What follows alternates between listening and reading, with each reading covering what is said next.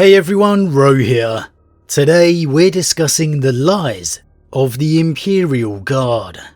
Spoiler warning to begin, as the events we're discussing today are from the Warhammer 40k novel, Catachan Devil, by author Justin Woolley. As always, I really recommend you read the stories for yourself first, as that's the best way to enjoy the lore for yourself, without spoilers. But with that said, let's just jump straight in. For all the legacy of the Adeptus Astartes, the venerated heroes of the Imperium, the truth is that without the sacrifice of the men and women of the Imperial Guard, the Imperium would have fallen a long time ago. They are the sledgehammer to the Astartes scalpel. They are the men and women who rise above their true fear. Renowned regiments such as the Cadians, Catachans, Mordians, Talans, names known and spoken of across the galaxy, the exemplars of what it means to be a guardsman. However, for all their legendary reputations, for their exploits of deservedly earned fame, they are the exceptions. The majority of the Astra Militarum being made up of countless billions of souls from a million unknown worlds. They are the Imperium's real defenders, men and women who give their life unheard of, unknown, and unremembered. Now, we've discussed how some of these worlds operate when it comes to recruitment before, when we discussed Probator Zidorov from the Warhammer crime novel Bloodlines by author Chris Raitt, which, side note, is my absolute favourite Warhammer crime novel, and I highly recommend it. However, there we saw how Zidorov's daughter was wishing to join the Militarum, and how he was desperate to prevent it, using his connections as a law enforcement officer to expose some of the lies and myths she had been fed within the academy. And it really was quite a revealing discussion on just how different life as a guardsman is represented by the Militarum recruitment. All of the glory and none of the reality. But now again, thanks to the novel Catachan Devil, we've received yet another example of how another unknown backwater world also recruits its guardsmen. And this one is even more thought-provoking. Now, the world in question is known as Skadi, and there's an unfortunate soul by the name of Torvin, who is a fresh new guardsman. Unlike some other worlds within the Imperium, such as with Zidorov in Bloodlines, Skadi doesn't operate by voluntary recruitment. They don't push out glorious propaganda to entice the young men and women to sign up. This world, as many others, draft its recruits via a random tithe. Essentially a lottery system. If you're unlucky enough, you simply get tithed into the Guard. And this is very much a brutal reality of life within the Imperium. Many men and women serving across the stars, in war zones and embattled systems, honestly never chose to be there. The promise of their lives ended with a simple selection. For within the grim dark, as we all know, there is only war. Of course, that's not quite how it goes down when you're drafted. Congratulations and blessings of the Emperor upon you, citizen. By glorious providence and divine hand, you, along with 50% of the population of your hive subsector, have been drafted into the Skadi 2nd Infantry Regiment. You are called upon to serve the most holy Emperor of mankind, in defense of the Imperium and humanity. Be thankful and give praise that your life will now have meaning, alongside the billions of others who fight valiantly and die with distinction to maintain the purity and safety of the glorious Imperium.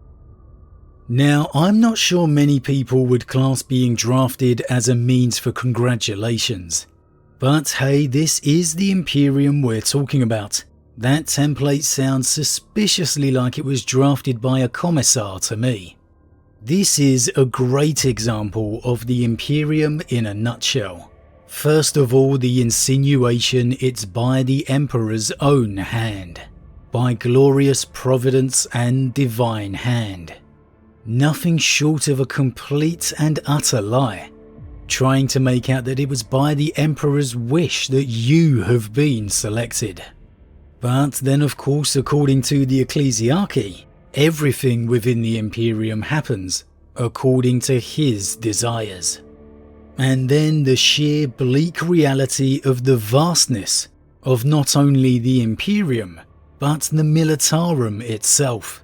50% of the population of your hive subsector. We aren't privy to the exact number here, but any subsector of a hive is most likely going to be crammed filled with families. Honest men and women of the Imperium simply trying to exist out their lives. And in one fell swoop, 50% is just gone. The lives known ended and fed into the Guard. Seeing as this world isn't in complete anarchy, I think it's safe to assume it's located within Imperium Sanctus, and not across the Great Rift. But I dare say that 50% is a sign of the struggle the Imperium is facing. Before the success of Abaddon's plan, would it have been quite so high? I think there's a good chance that it probably wouldn't have been. And then of course the propaganda. The statement that you cannot argue with no matter how much you may want to. Be thankful and give praise that your life will now have meaning. I mean, the gall and hubris of it is astounding. You're drafted whether you like it or not, to be sent off-world and face unspeakable horrors, to all but certainly never see your homeworld, your family, your friends ever again, and you're the one that should be thankful. It somehow manages to be tragic and hilarious at the same time. Not even a your Imperium or your world thanks you for your service, just the brutal reality of the Imperium, that a single life is just another number, and that you're the one that should be thankful. As if this start wasn't bad enough, we're also then told that the recruits receive only 80 days basic training before they're sent off to their first war zone.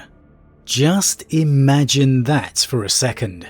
You're just living out your life as best you can, which admittedly is going to be no luxury, and then 80 days later, you're expected to go to war against, I don't know, say a Tyranid hive fleet. Is it any wonder the Astra Militarum is seen as a meat grinder? Barely 80 days training and you're expected to face the horrors of the galaxy. Tyranids, orcs, chaos, demons. How on earth can any of these men and women be prepared to face that? And I'm just talking mentally here, let alone physically. It's a real contrast to the renowned and glory-ridden Catachans, for example. The hardcore veterans who fight from birth. The sheer diversity and scope of the Militarum is absolutely mind-blowing when you really think about it. The fact that it even manages to operate with any form of stability and organisation is really a miracle in itself.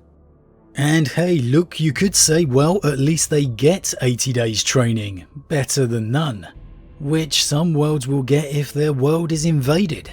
And well, yes, true. But there is certainly a question to be asked on just how good this training is. If the Militarum's guidance to fighting orcs is anything to go by. They may seem imposing at first glance, larger than a human and more muscular, but appearances are deceiving. Their muscle is more plentiful but still weaker than a human's, and though it may seem improbable from their size, do not shy away from them even in close combat, as a human is stronger and can best them with a bayonet to the throat. Now for me, the saying "ignorance is bliss" comes to mind here. An official briefing for actual Imperial Guardsmen, and they are being told that they are stronger than orcs, that they can easily overpower them in close combat. Maybe it's just me, but surely it would be more practical to say, I don't know, try and keep them at range if possible. Use your firepower as much as you can. Ensure you bring your heavy weapons to bear. Instead, it's a simple, blind bravery. Don't worry, you're stronger and tougher than they look. And with that, off you go. Just think about that next time you're playing your guard army on the tabletop against the greenskins. Orcs who more often than not can overpower a space marine, and here these unknowing and unskilled troopers, yet to even face the terrifying realities of war, are told they can overpower orcs. How long until that reality comes crashing down around them, before or after an orc has just ripped them to pieces? If they're told that about the orcs, then what about the Tyranids, the Eldar, the Tau, Chaos? We know the existence of the ruinous powers is kept secret, but what about renegade Astartes? How unknowing are these poor drafted guardsmen? Such a contrast to the regiments we think about, the veterans of Cadia, the Catachans. Yet the truth is, most of the lives who make up the Guard could well be heading into their first battle, believing in their Imperium and their God Emperor, with honestly no idea on what they're truly about to face. But as always everyone, what do you think? Do you feel the Imperium is justified to give the Guardsmen as little knowledge as possible, to fill them with false beliefs of glory? Or do you feel they would be better served in learning the truth, having an idea of just what they are about to face?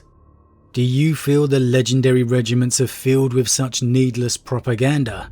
Or maybe are they simply told the truth? That way being able to prepare themselves. As always, leave your thoughts in the comments below, I love to read them. Huge thank you to all my subscribers, your support truly means a lot to me, it really does. If you're new, please consider subscribing to help the channel grow. And if you enjoyed this particular vid, then why not drop a like on it too.